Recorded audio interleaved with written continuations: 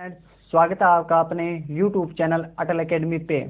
मैं इंदर मोहन आज आपको जो आधुनिक भारत का इतिहास है उसके अंदर जो 4 कंपनियां आई थी भारत के अंदर व्यापार करने के लिए, पुर्तगाली, डच, अंग्रेज और फ्रांसीसी, ये 4 कंपनियां आई थी, उनके बारे में बताऊंगा। और उनके अंदर जो पहली जो व्यापारिक कंपनी थी पुर्तगाली जो व्यापारिक कंपनी थी उसके बारे में पूरी डिटेल बताऊंगा। उन्होंने भारत के अंदर क्या व्यापार किया, कैसे किया और उन्होंने क्या कार्य भारत के अंदर किए, तो उन सब के बारे में बताऊंगा।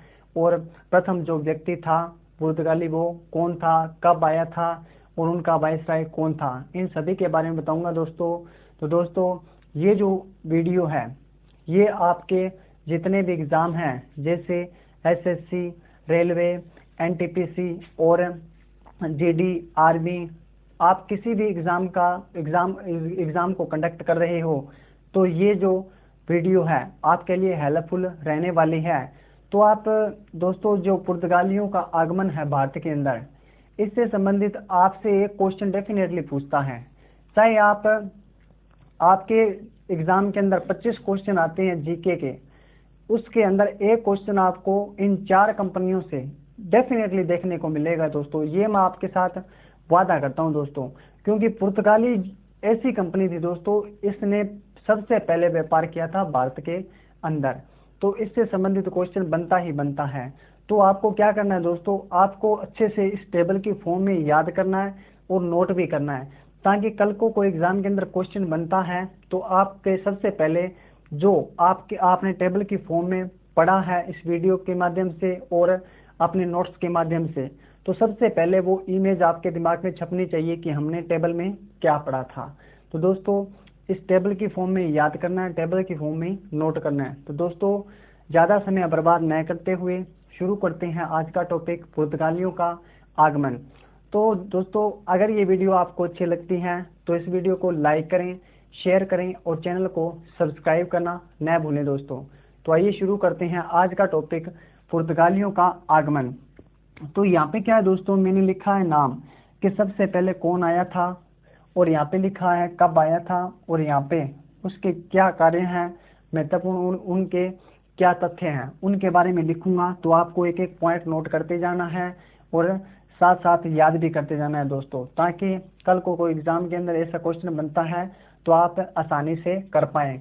तो सबसे पहले जो व्यक्ति आता है भारत के अंदर वो कौन था, तो आप सबको मालूम होगा Vasco D gamma. Vasco D gamma का जो नाम है दोस्तों, ये भारत की खोज के रूप में जाना जाता है। वास्को डी गामा 1498 के अंदर भारत में आया था और ये समुद्री मार्ग से आया था दोस्तों। और ये सबसे पहले कालीकट जो बंदरगाह है, अभी इसको कोझिकोड के नाम से जाना जाता है और ये केरल के अंदर है, वहाँ पे सबसे पहले पहुंचा था। तो यहाँ पे जो पॉइंट है वो क्या लिखना है, तो ये 90 दिन की यात्रा के बाद, 90 दिन की यात्रा के बाद भारत के केरल में कालीकट तट पर पहुंचा।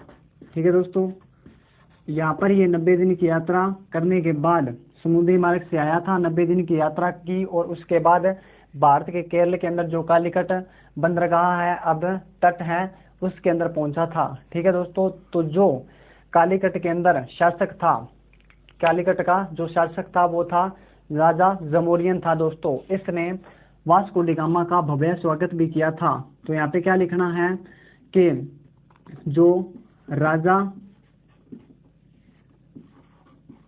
जमोरियन ने इनका भव्य स्वागत भी किया था।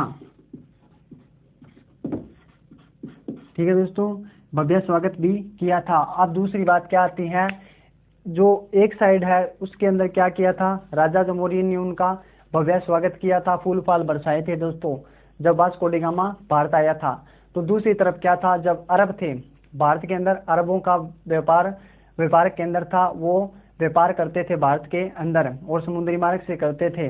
तो उन्होंने क्या किया, वास्को डी गामा का विरोध किया। तो यहाँ पे जो तीसरा पॉइंट है वो क्या याद रखना है, अरबों ने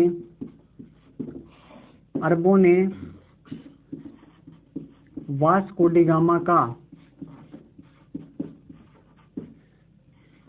गामा का जमकर विरोध किया,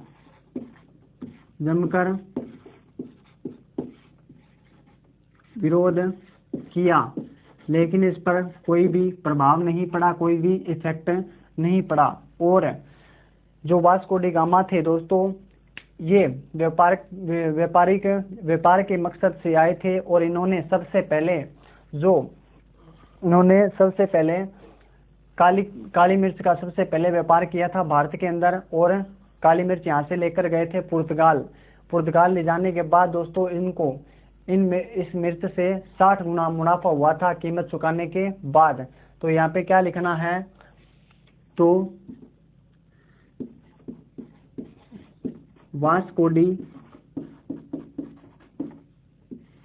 गामा ने भारत में से काली मिर्च खरीदकर पुर्तगाल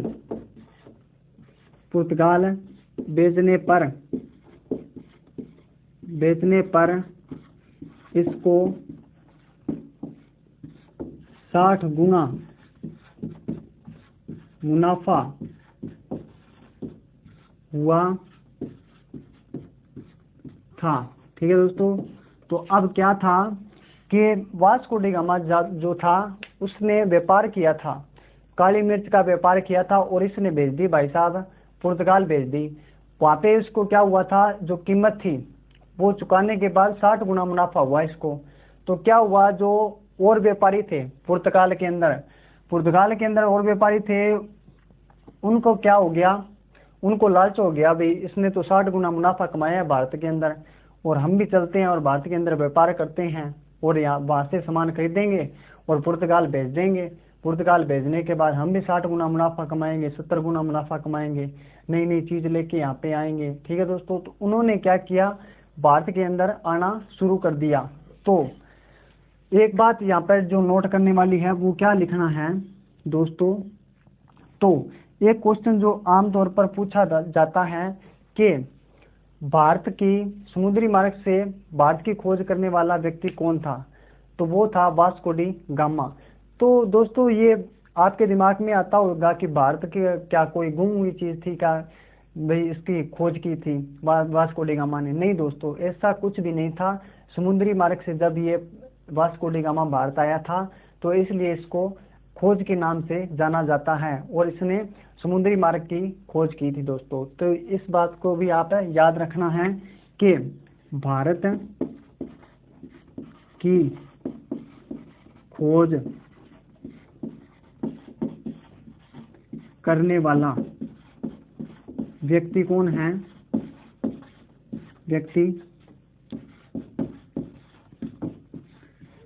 वास्को डी गामा है।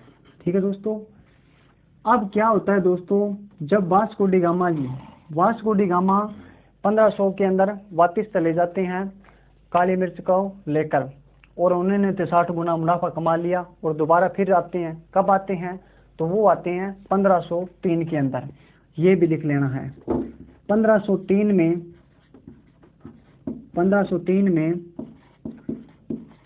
वास्को डी गामा भारत वापस आते हैं।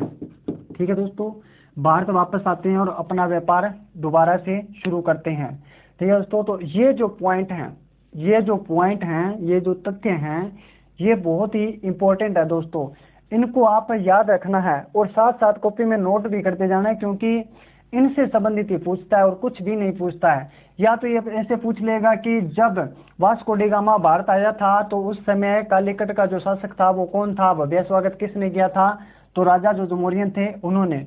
ठीक है। दूसरी बात पूछ सकता है कि जो वास्को डी गामा है वो भारत कब आया था, तो वो आया था 1498 के अंदर। तो कितने दिन की यात्रा के बाद, तो 90 दिन की समुद्री यात्रा के बाद वो भारत आया था। अब पूछ सकता है कि सबसे पहले जो वास्को डी गामा भारत आया था तो उसने सबसे पहले किस चीज का व्यापार किया था, तो वो किया था काली मिर्च का। तीसरा प्रश्न जो पूछ सकता है वो पूछ सकता है कि उसने कितने गुना मुनाफा कमाया था, तो 60 गुना मुनाफा कमाया था। अब भारत की खोज का श्रेय किसको जाता है, तो वो भी वास्को डी गामा को जाता है दोस्तों। दोबारा भारत कब आया था, तो वो 1503 के अंदर आया था दोस्तों। बस इन तथ्यों को आप याद रखना है, वास्को डी गामा से इतनी जानकारी आपको याद रखनी है। ठीक है दोस्तों। अब बात आती है कि वास्को डी गामा के बाद जो पुर्तगाली व्यक्ति था वो दूसरा कौन आया था, तो दोस्तों अल्ब्रेज। अल्ब्रेज नाम का दूसरा जो व्यक्ति था वो भारत के अंदर कब आया था, वो आया था 1500 के अंदर। ठीक है दोस्तों। तो यहाँ पे इतनी बात आपको याद रखनी है कि दूसरा व्यक्ति अल्ब्रेज नाम का था। अल्ब्रेज कब आया था दोस्तों, वो आया था 1500 में। ठीक है दोस्तों, 1500 में। तो यहाँ पे जो पॉइंट है वो क्या याद रखना है, वो रखना है कि दूसरा व्यक्ति, सॉरी दोस्तों, पुर्तगाल से भारत आने वाला दूसरा व्यक्ति अल्ब्रेज था। ठीक है दोस्तों, कौन था, अल्ब्रेज। अब एक पॉइंट जो याद और रखना है वो क्या है, इस तरह से अंडरलाइन कर देता हूं दोस्तों ताकि ये जो पॉइंट है ये इसके अंदर इंक्लूड ना हो, जुड़ ना जाए, ताकि अब 1503 के अंदर क्या होता है, जब अल्ब्रेज थे तब 1503 के अंदर 1503 में पुर्तगालियों ने क्या किया दोस्तों, पुर्तगालियों ने कोचीन के अंदर अपनी फैक्ट्री स्थापित कर ली। कोचीन में अपनी फैक्ट्री स्थापित कर ली। ठीक है दोस्तों, स्थापित कर ली। अब 1503 के अंदर पुर्तगालियों ने अपनी जो फैक्ट्री है वो कहाँ स्थापित की थी, वो की थी कोचीन के अंदर। ये क्वेश्चन पूछता है 3-4 बार एग्जाम के अंदर, ये पूछ लिया गया है और पूछेगा भी कि पुर्तगालियों ने अपनी पहली व्यापारिक फैक्ट्री कहाँ पे लगाई थी, तो वो लगाई थी कोचीन के अंदर लगाई थी, और वो भी कहाँ पे है, केरल में है दोस्तों। और कब लगाई थी, 1503 के अंदर लगाई थी और अल्ब्रेज के समय लगाई गई थी दोस्तों। ठीक है दोस्तों, यहाँ से आपको इतनी जानकारी मिलती है तो इसको आप नोट करना है और साथ में क्या करना है, याद करना है। ठीक है दोस्तों, अब चलते हैं, अगला जो शासक है वो कौन है, अल्मीडा। अल्मीडा के बारे में जानते हैं, और वो बहुत ही महत्वपूर्ण जो शासक है वो था, वायसराय बनकर आया था कहाँ पे, भारत के अंदर। पुर्तगालियों का वायसराय, प्रथम वायसराय जो जाना जाता है वो कौन है, तो वो है अल्मीडा। एक बार इसको इरेज कर लेते हैं दोस्तों, बाद में चलते हैं आगे। तो चलिए दोस्तों बढ़ते हैं, अगला जो पुर्तगाली यात्री था वो कौन था, वो था दोस्तों अल्मीडा। अल्मीडा नाम का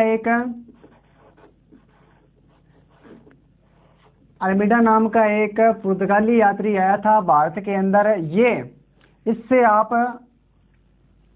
आप याद रखना है कि ये पुर्तगालियों का प्रथम वायसराय था जो भारत में आया था। इस बात को आप याद रखना है। पूछता है कि पुर्तगालियों का प्रथम वायसराय कौन था, तो वो था अल्मीडा। ये कब बना था, ये 1505 से लेकर और 1509 तक रहा था दोस्तों।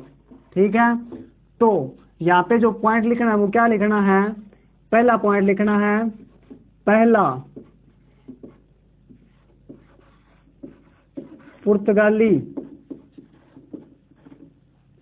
पुर्तगाली वायसराय। ठीक है दोस्तों, पहला पुर्तगाली वायसराय कौन था, तो वो था अल्मीडा। दूसरा पॉइंट क्या लिखना है दोस्तों, ये जो बंदा था ना, ये बहुत दिमागी बंदा था। इसने क्या किया था, इसने अल्मीडा ने ब्लू वाटर पॉलिसी जारी की थी। ब्लू वाटर पॉलिसी क्या थी, हिंद महासागर के अंदर जितना भी क्षेत्र है उसके अंदर अपना अधिकार जमाना चाहा। किस पॉलिसी के तहत है, तो ब्लू वाटर पॉलिसी जो थी उसके तहत है। और क्या करना चाहता था, कहता था भी इसी समुद्री मार्ग से हमारा ही व्यापार हो और किसका व्यापार ही ना हो। ठीक है, तो इसने जो शुरू की थी ब्लू वाटर पॉलिसी, ये बहुत ही खतरनाक थी। तो यहाँ पे क्या लिखना है, ब्लू वाटर पॉलिसी किसने जारी की थी। क्वेश्चन आता है, ये कई बार पूछ लिया गया एग्जाम के अंदर के ब्लू वाटर पॉलिसी किसने जारी की थी, तो वो की थी अल्मीडा ने। पुर्तगाली यात्री था और प्रथम वायसराय था पुर्तगालियों का। ठीक है दोस्तों, तो ब्लू वाटर पॉलिसी भी इसी ने जारी की थी। तो 3G, एक 3G का जो पैकेज था वो शुरू किया था किसने, इसने अल्मीडा ने। ये वो सिम वाला 3G नहीं है दोस्तों, इसने कोई ये सिस्टम बनाया था 3G का। तो इसके अंदर क्या है, 3G का मतलब है 3G, मतलब जी जी जी, इसका मतलब है गोल्ड, इसका मतलब है गोल्ड, और इसका मतलब है दोस्तों ग्लोरी। ठीक है दोस्तों, तो गोल्ड और ग्लोरी जो तीन जो सेवाएं थी इसने लागू की। गोल्ड के माध्यम से भारतीयों को आकर्षित करना, उनका जो धर्म है ईसाई धर्म का प्रचार करना गोल्ड का। ठीक है, तो ये क्या करते थे, ईसाई धर्म का प्रचार करते थे। दूसरा क्या करते थे, गोल्ड का भी व्यापार करते थे। ग्लोरी क्या थी, ग्लोरी के अंदर जो भी व्यक्ति भारत आते थे वो क्या करते थे, शादी करते थे और उसका जो क्षेत्र था वो दहेज के माध्यम से ले लेते थे और उसके अंदर व्यापार करते थे और व्यापारी के अंदर स्थापित कर लेते थे। तो ये जो तीन प्लान थे 3G, वो क्या थे, गोल्ड और ग्लोरी थे। ठीक है दोस्तों, तो ये तीन बातें आपको याद रखना है। ये किसके समय में हुई थी, तो ये अल्मीडा वायसराय था प्रथम पुर्तगालियों का, उसके समय में ये तीन पॉलिसी थी वो लागू हुई थी। ये पहला पुर्तगाली वायसराय था, ब्लू वाटर पॉलिसी इसने जारी की थी। 3G जो था वो भी इसने जारी किया था। ठीक है दोस्तों, अब ये 1509 तक रहता है दोस्तों। उसके बाद आता है पुर्तगालियों का बहुत ही जबरदस्त वायसराय था। वो कौन था, वो था दोस्तों अल्बुकर्क। बहुत ही शक्तिशाली था दोस्तों, माइंडली तौर पर बहुत ही शक्तिशाली भी था और लड़ने में भी काफी माहिर था। तो वो कौन था, तो वो आता है अल्बुकर्क। अब ये क्या करता है दोस्तों, ये ना इधर उधर लड़ाई करता ही रहता है। कैसे, वो मैं बताता हूं आपको। अब ये बनता है भाई साहब 1509 में। 1509 के अंदर शासक बनता है और वास्तविक संस्थापक जो माना जाता है, वास्तविक संस्थापक जो माना जाता है पुर्तगालियों का, वो इसी को ही माना जाता है, न कि अल्मीडा को। ठीक है दोस्तों, तो यहाँ पे पहला पॉइंट क्या लिखना है, वो लिखना है कि पुर्तगालियों का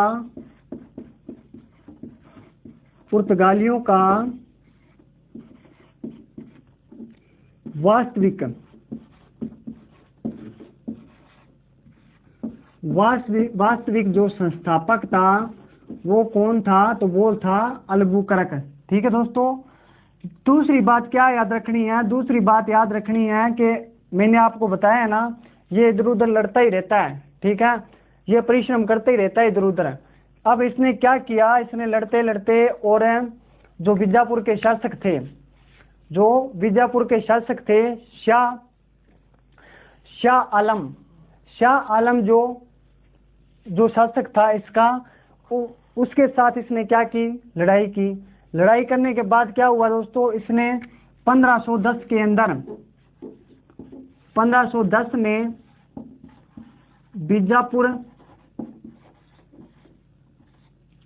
बीजापुर के शासक शाह आलम शाह आलम को क्या किया इसने, इससे शाह आलम से गोवा छीन लिया।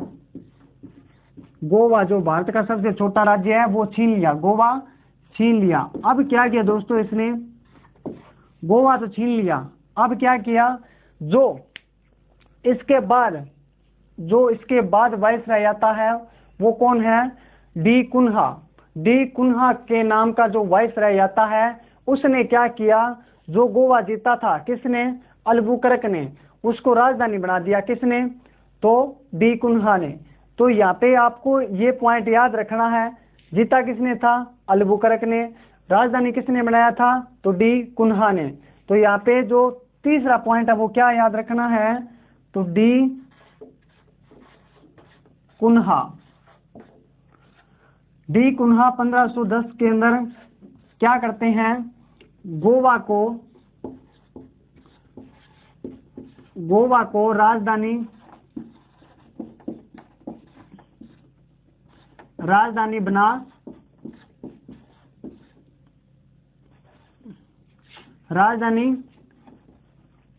बना लेते हैं। तो दोस्तों जो डी कुन्हा था 1510 के अंदर जो वायसराय बना था, उसने क्या किया, गोवा को राजधानी के रूप में परिवर्तित कर दिया। और गोवा जीता किसने था, तो वो जीता था जो अल्बुकर्क था। 1509 के अंदर शासक बनता है, वायसराय बनता है। उसके बाद इसने जो बीजापुर के शासक थे आदिल शाह, उससे क्या कर लिया, गोवा जीत लिया था। ठीक है दोस्तों, तो ये पॉइंट आपको खास तौर पर याद रखना है। ये दोनों पॉइंट 1510 में बीजापुर के आदिल शाह से जीता था गोवा, और पुर्तगालियों का वास्तविक संस्थापक कौन था वो था अल्बुकर्क। ठीक है दोस्तों, तो उम्मीद करता हूँ ये जो पुर्तगालियों के व्यापारियों के संबंध में मैंने आपको पढ़ाया है, उनके कार्य पढ़ाए हैं, उनके बारे में बताया है। तो एक पॉइंट आपको यहाँ पे नोट कर लेना है कि 1556 के अंदर दोस्तों, 1556 के अंदर जो प्रिंटिंग प्रेस है, प्रिंटिंग प्रेस की जो स्थापना हुई थी गोवा के अंदर, वो पुर्तगालियों के समय में हुई थी। तो पहला जो प्रिंटिंग प्रेस भारत के अंदर लगा था वो कौन था, वो गोवा के अंदर लगाया गया था, और 1556 के अंदर लगाया गया था। दोस्तों ये क्वेश्चन भी पूछता है एग्जाम के अंदर, इसलिए मैंने आपको ये विशेष तौर पर बताया है। ठीक है दोस्तों, तो उम्मीद करता हूँ जितने 5-6 जो वायसराय हैं पुर्तगालियों के, उनके बारे में आपको समझ में आ गया होगा। अगर ये वीडियो आपको अच्छी लगी हो और आपको हेल्पफुल लगी हो तो इस वीडियो को लाइक करें, शेयर करें और चैनल को सब्सक्राइब करना न भूलें। दोस्तों अगर आपको कोई डाउट हो तो भी कमेंट करके बताना। Thank you for watching.